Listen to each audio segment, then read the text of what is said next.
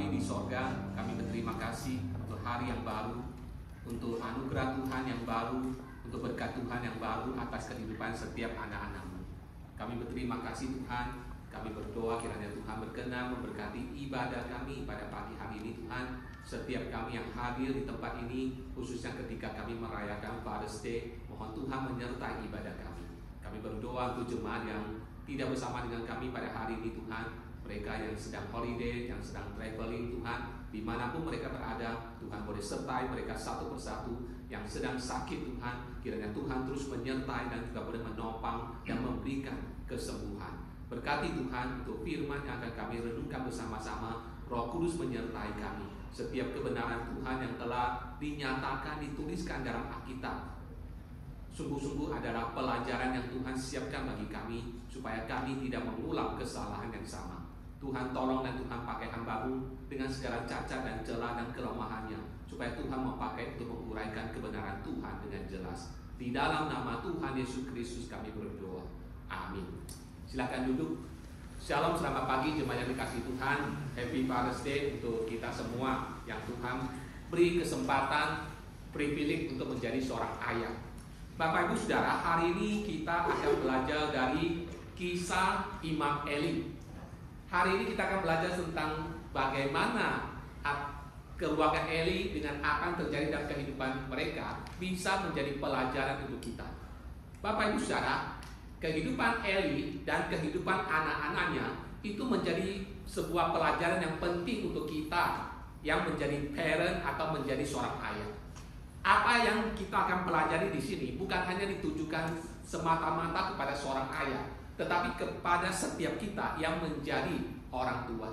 Nah, Bapak Ibu yang dikasihi oleh Tuhan, kalau kita boleh berandai-andai, seandainya kalau hari ini almarhum Imam Eli ada dan hadir bersama dengan kita pada hari ini, lalu kita minta dia memberikan kesaksian tentang pengalaman hidupnya. Pengalaman hidupnya menjadi seorang ayah, pengalaman hidupnya menjadi parent, maka kira-kira apa yang akan dia sampaikan kepada kita? Message apa, pesan apa yang akan disampaikan oleh Imam Eli kepada kita? Nah, Bapak Ibu yang dikasihi Tuhan, tadi kita telah membaca dari 1 Samuel pasal kedua dan juga pasal ketiga. Ada beberapa ayat yang telah kita baca tentang Eli dan tentang keluarganya. Dan dari bagian Alkitab itu kita belajar satu hal, yaitu kegagalan Eli dalam mendidik anak-anaknya, dan juga kegagalan Eli di dalam mendisiplin anak-anaknya. Eli telah melakukan banyak kesalahan dalam hidupnya, dan kesalahan yang dia lakukan itu membawa konsekuensi yang sangat tragis bagi dia dan juga bagi keturunan, bagi anak-anaknya.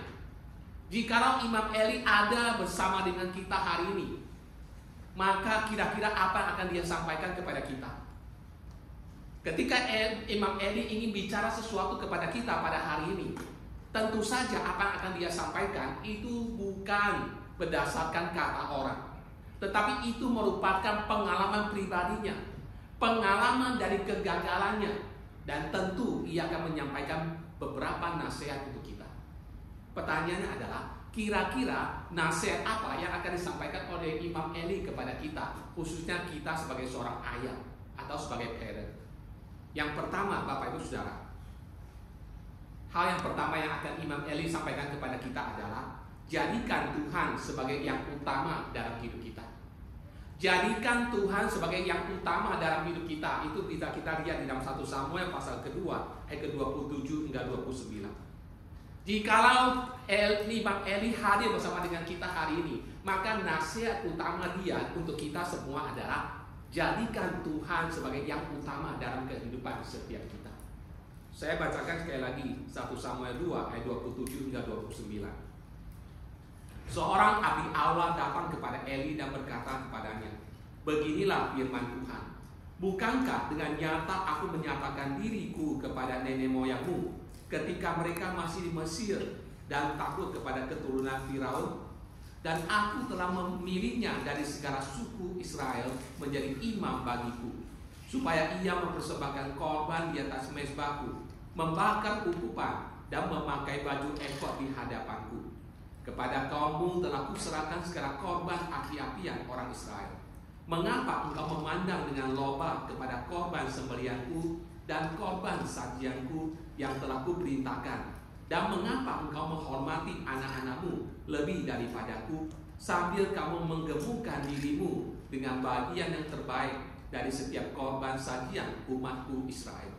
Bapak Ibu Saudara, hal pertama yang akan dinasihatkan oleh Imam Eli kepada kita menurut perikop ini adalah jadikan Tuhan sebagai yang utama dalam kehidupan kita. Kegagalan Imam Eli dalam hidupnya adalah ia tidak menjadikan Tuhan sebagai yang utama dalam hidupnya. Sekalipun dia adalah seorang pelayan Tuhan, sekalipun dia adalah seorang hamba Tuhan, sekalipun dia adalah seorang imam Tuhan, tetapi ia tidak menjadikan Tuhan sebagai yang utama dalam hidupnya. Tuhan bukan yang paling utama dalam hidupnya. Ada prioritas yang lain, ada concern yang lain dalam kehidupan Imam Eli.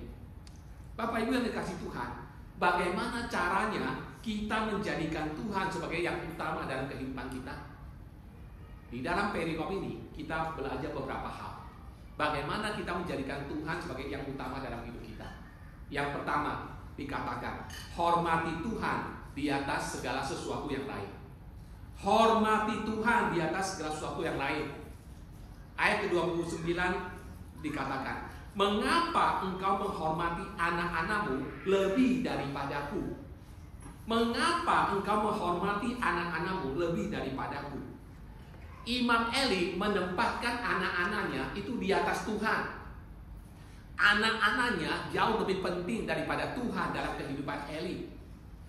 Bapak Ibu Saudara, anak-anak dari Imam Eli itu menyalahgunakan pelayanan mereka, panggilan mereka sebagai imam untuk mengambil korban persembahan untuk kepentingan diri mereka sendiri. Dan Imam Eli tahu, dia tahu apa yang dilakukan oleh anak-anaknya, tetapi dia tidak berbuat apa-apa.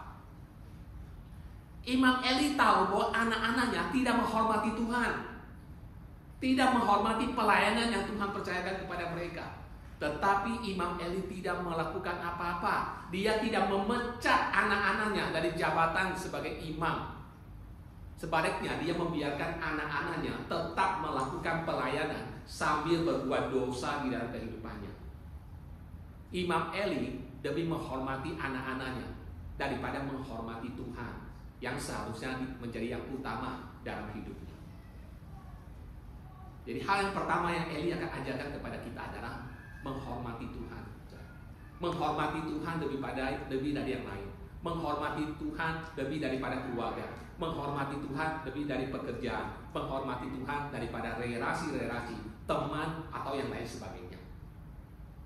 Kedua, Bapak Ibu Saudara, lakukan sesuatu atas dosa-dosa dalam hidup kita. Apa bukti bahwa kita mengutamakan Tuhan dalam hidup kita? Bukti kita mengutamakan Tuhan dalam hidup kita adalah ketika kita belajar membereskan dosa-dosa dalam kehidupan kita. Imam Eli bukan saja membiarkan anak-anaknya hidup dalam dosa, tetapi Alkitab juga mengatakan Imam Eli itu sendiri juga berbagian dalam dosa yang dilakukan oleh anak-anaknya. Ayat ke-29b mengatakan, kamu menggemukkan dirimu dengan bagian yang terbaik dari setiap korban sajian umatku Israel. Pertobatan itu harus dimulai dari diri kita. Pertobatan itu terlebih dahulu harus dimulai dari diri kita. Kalau tidak, kita tidak bisa menuntut orang lain melakukan hal yang sama. Ketika Imam Eli tidak bisa membereskan dosa dalam kehidupannya secara pribadi, maka dia pun tidak bisa membereskan atau menasihati anak-anaknya untuk meninggalkan dosa dan hidup dalam pertobatan di hadapan Tuhan. Jadi Bapak Ibu Saudara, jikalau Imam Eli hadir bersama dengan kita hari ini, nasihat dia kepada kita sebagai seorang ayah atau sebagai parent adalah, pertama, utamakan Tuhan dalam kehidupan kita. Mari kita melihat kedua, Saudara. Nasihat Imam Eli untuk kita hari ini adalah pastikan bahwa kita mendisiplin anak-anak kita. Pastikan bahwa kita mendisiplin anak-anak kita.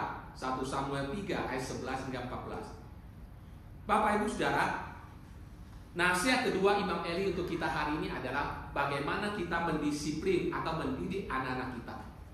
Perhatikan firman Tuhan yang disampaikan kepada Samuel untuk disampaikan kepada Eli. 1 Samuel 3 ayat 11-14 berkata demikian. Lalu berfirmanlah Tuhan kepada Samuel, ketahuilah, aku akan melakukan sesuatu di Israel, sehingga setiap orang yang mendengarnya akan bising kedua telinganya. Pada waktu itu, aku akan menepati kepada Eli segala yang telah kufirmankan tentang keluarganya, dari mula sampai akhir. Sebab telah kuberitahukan kepadanya bahwa aku akan menghukum keluarganya untuk selamanya karena dosa yang telah diketahuinya, yakni bahwa anak-anaknya telah menghujat Allah, tapi ia tidak memarahi mereka. Sebab itu, aku telah bersumpah kepada keluarga Eli bahwa dosa keluarga Eli takkan dihapuskan dengan korban sembelihan atau dengan korban sajian untuk selamanya. Bapak Ibu Saudara, kesalahan pertama yang terbesar dalam kehidupan Eli adalah ia tidak mengutamakan Tuhan dalam hidupnya. Kesalahan kedua dalam kehidupan Eli adalah sebagai seorang ayah, sebagai orang tua, ia tidak mendidik atau ia tidak mendisiplin anak-anaknya. Ia membiarkan anak-anaknya hidup di dalam dosa. Salah satu tanggung jawab utama kita sebagai orang tua adalah mendidik anak-anak kita. Pertanyaannya adalah, bagaimana caranya kita mendidik anak-anak kita? Yang pertama, Bapak Ibu Saudara, mengajar anak kita tentang firman Tuhan dan tentang jalan Tuhan. Itu cara pertama kita mendidik anak-anak kita.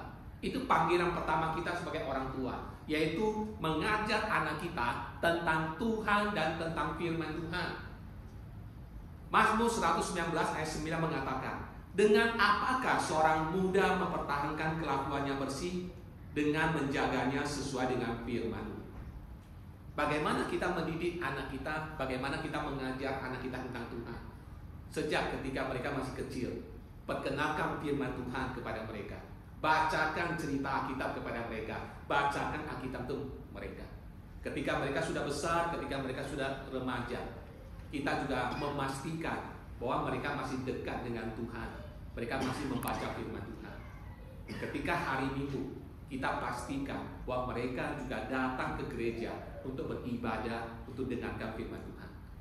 Itu cara kita mendidik anak kita mengenal Tuhan dan mengenal kebenaran. Kedua, memberi dorongan semangat kepada anak-anak kita ketika mereka melakukan apa yang benar.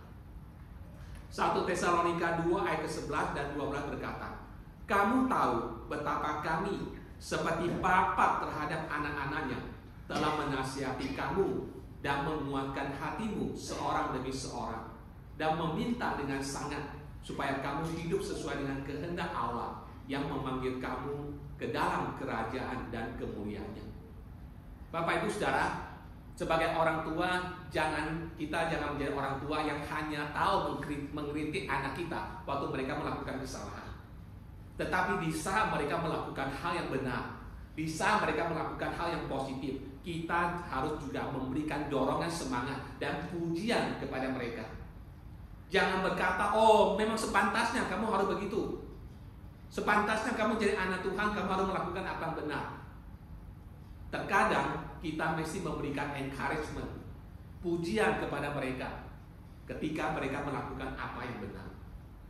Yang ketiga, saudara, koreksi mereka ketika mereka melakukan kesalahan. Cara ketiga kita mendidik anak kita adalah mengoreksi mereka ketika mereka melakukan kesalahan. Amsal 19 ayat 18 mengatakan, hajarlah anakmu selama ada harapan, tapi jangan engkau menginginkan kematiannya. Apabila kita cuma diam saja ketika anak kita melakukan kesalahan, maka hal itu akan memimpin mereka kepada kesalahan dan dosa yang lebih besar. Jikalau kita tidak mendidik dan mengoreksi mereka ketika mereka berbuat salah, maka kita akan menjerumuskan mereka ke dalam kesalahan dan dosa yang lebih besar. Kesalahan dan kegagalan dari Imam Eli adalah apa? Dikatakan ketika dia tahu anak-anaknya berbuat dosa, Alkitab mengatakan, tadi dikatakan, ia tidak memarahinya. Terjemahan lain mengatakan, ia tidak menegur anak-anaknya. Dengan kata lain, Imam Eli membiarkan, ignore kesalahan dan dosa yang dilakukan oleh anak-anaknya. Dan itu ada kesalahan yang sangat fatal dalam kehidupan Eli. Ia tidak mendidik, ia tidak mendisiplin anak-anaknya ketika anaknya melakukan dosa. Yang ketiga, Bapak Ibu Saudara, apa nasihat Imam Eli untuk kita hari ini sebagai seorang ayah atau sebagai orang tua? Yaitu ajar anak-anak kita tentang Tuhan Yesus. 1 Samuel 2 ayat 25 hingga 25a. Ajar anak-anak kita tentang Tuhan Yesus. Saya bacakan ayat 22 hingga 25. Eli telah sangat tua. Apabila didengarnya segala sesuatu yang dilakukan anak-anaknya terhadap semua orang Israel, dan bahwa mereka itu tidur dengan perempuan-perempuan yang melayani di depan pintu kemah pertemuan, berkatalah ia kepada mereka, "Mengapa kamu melakukan hal-hal yang begitu? Sehingga ku dengar dari segenap bangsa ini tentang perbuatan-perbuatanmu yang jahat itu. Janganlah begitu, anak-anakku. Bukan kabar baik yang ku dengar itu, bahwa kamu menyebabkan umat Tuhan melakukan pelanggaran. Jika seseorang berdosa terhadap seseorang yang lain, maka Allah yang akan mengadili. Tapi jika seseorang berdosa terhadap Tuhan, siapa yang menjadi perantara baginya?" Bapak Ibu Saudara, perhatikan kalimat ini. Jika seseorang berdosa terhadap seorang yang lain, maka Tuhan yang akan mengadili. Tetapi jika seseorang berdosa terhadap Tuhan, siapa yang menjadi perantara baginya? Di sini kita belajar concern Imam Eli tentang relasi anak-anaknya dengan Tuhan. Eli memiliki concern tentang relasi anak-anaknya dengan Tuhan. Ketika Eli berkata, "Tetapi jika seseorang berdosa terhadap Tuhan, siapakah yang menjadi perantara baginya?" Dalam hal ini, Eli tidak memiliki jawabannya. Tapi kita bersyukur Bapak Ibu Saudara, jawaban yang tidak dimiliki oleh Eli itu dijawab oleh Tuhan sendiri ketika Allah mengutus anaknya Yesus Kristus datang ke dunia menjadi mediator, menjadi perantara untuk kita. Jikalau kita berdosa terhadap orang lain, maka Tuhan yang akan menjadi hakim mengadili. Eli berkata kepada anak-anaknya, "Jika kamu berdosa terhadap Tuhan, siapakah yang akan menjadi perantara?" Eli tidak punya jawaban. Tetapi kita bersyukur Tuhan memberikan jawaban untuk kita. Yesus Kristus ada mediator. Yesus Kristus ada perantara antara kita manusia berdosa dengan Allah yang kudus yang ada di surga. Yesus Kristus mati untuk memperdamaikan antara relasi kita dengan Allah. Jadi hal yang mau dikatakan oleh Imam Eli kepada kita adalah ajar anak-anak kita tentang Tuhan Yesus. Perkenalkan anak-anak kita dengan Tuhan Yesus. Pertanyaannya adalah bagaimana caranya? Bagaimana caranya kita memperkenalkan Tuhan Yesus kepada anak-anak kita? Yang pertama, Bapak Ibu Saudara, beritahu atau ajarkan kepada anak-anak kita tentang apa yang dilakukan oleh Tuhan Yesus di atas kayu salib. Sejak dini perkenalkan kepada anak-anak kita tentang karya Yesus untuk kematiannya di atas kayu salib untuk dosa-dosa kita. Beritahu mereka bahwa kita adalah orang-orang berdosa yang seharusnya dihukum, tetapi Allah telah memperdamaikan kita dengan dirinya melalui pengorbanan Yesus di atas kayu salib. Kedua, ajar anak-anak kita tentang pertobatan dan iman. Ajar anak-anak kita bahwa kita harus bertobat dari dosa-dosa kita dan menerima Yesus sebagai Tuhan dan Juru Selamat pribadi kita. Kita diselamatkan bukan karena perbuatan-perbuatan yang baik yang kita lakukan. Kita diselamatkan karena kita beriman kepada Kristus yang telah berkorban, yang telah mati dan bangkit untuk kita. Itu yang kita ajarkan kepada anak-anak. Dan yang ketiga, ajarkan mereka tentang pengakuan dosa dan pengampunan. Ajar anak-anak kita bahwa sekalipun kita telah menjadi orang Kristen, terkadang kita masih jatuh bangun dalam kehidupan dosa kita. Tetapi jikalau kita menyadari ada kesalahan dan dosa yang kita lakukan, mari kita belajar membereskan di hadapan Tuhan. Mengaku dosa kepada Tuhan, membereskan dosa di hadapan Tuhan.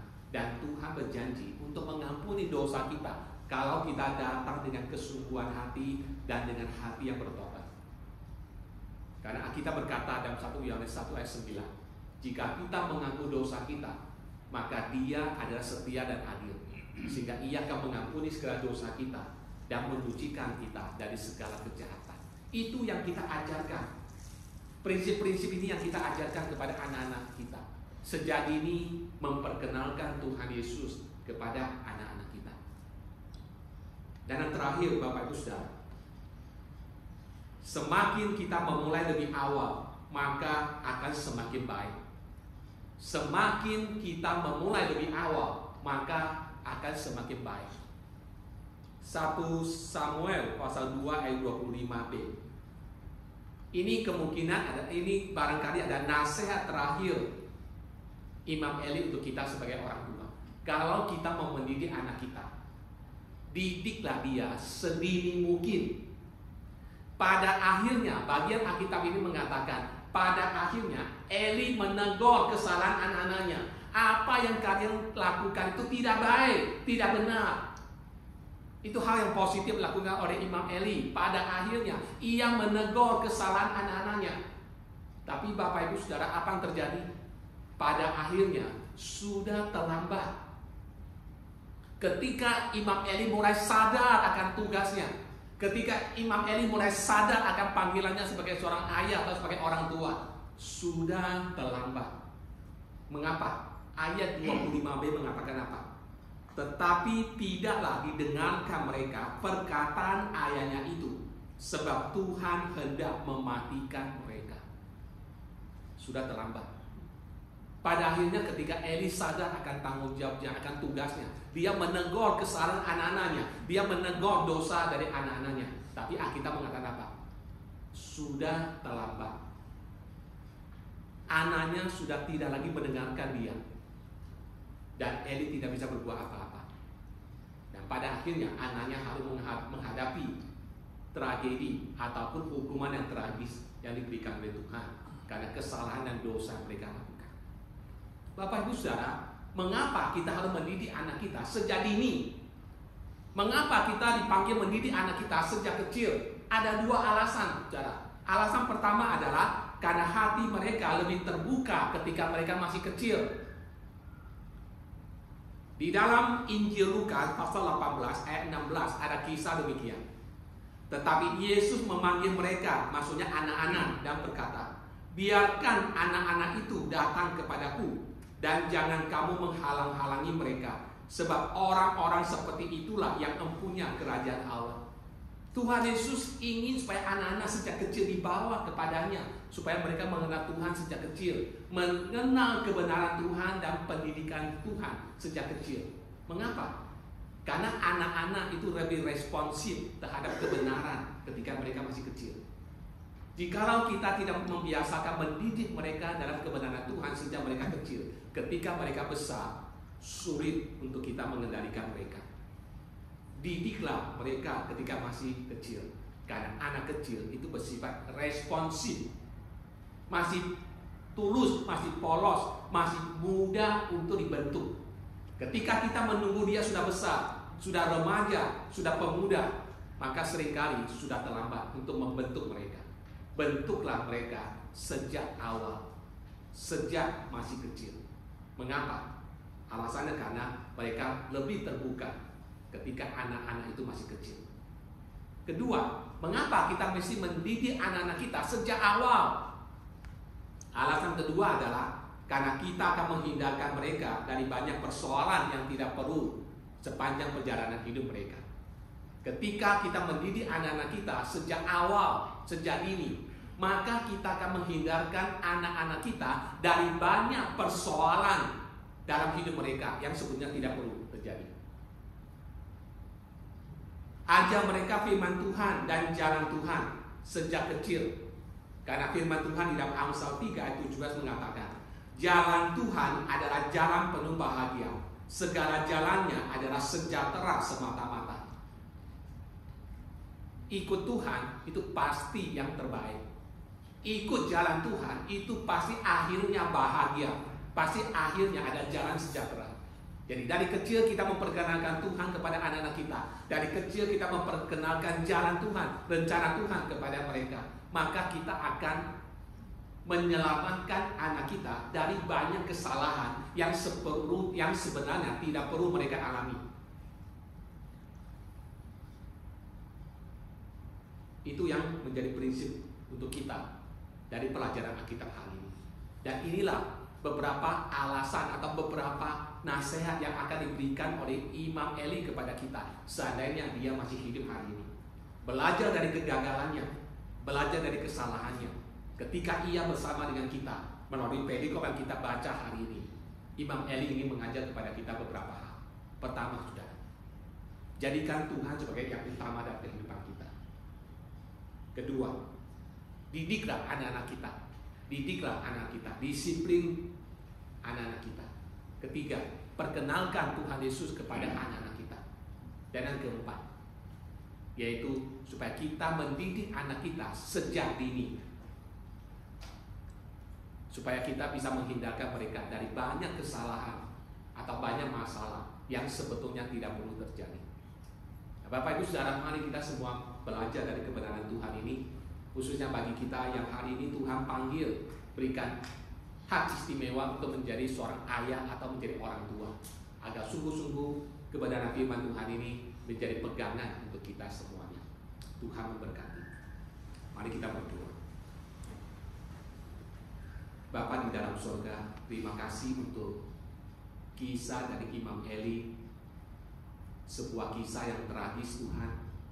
Tetapi sesungguhnya ketika Tuhan izinkan peristiwa ini dicatat di dalam Alkitab, maka itu adalah pelajaran yang Tuhan ingin kami simak pada hari ini, supaya kami tidak mengulang kesalahan yang sama, dan supaya kami melakukan apa yang seharusnya kami lakukan.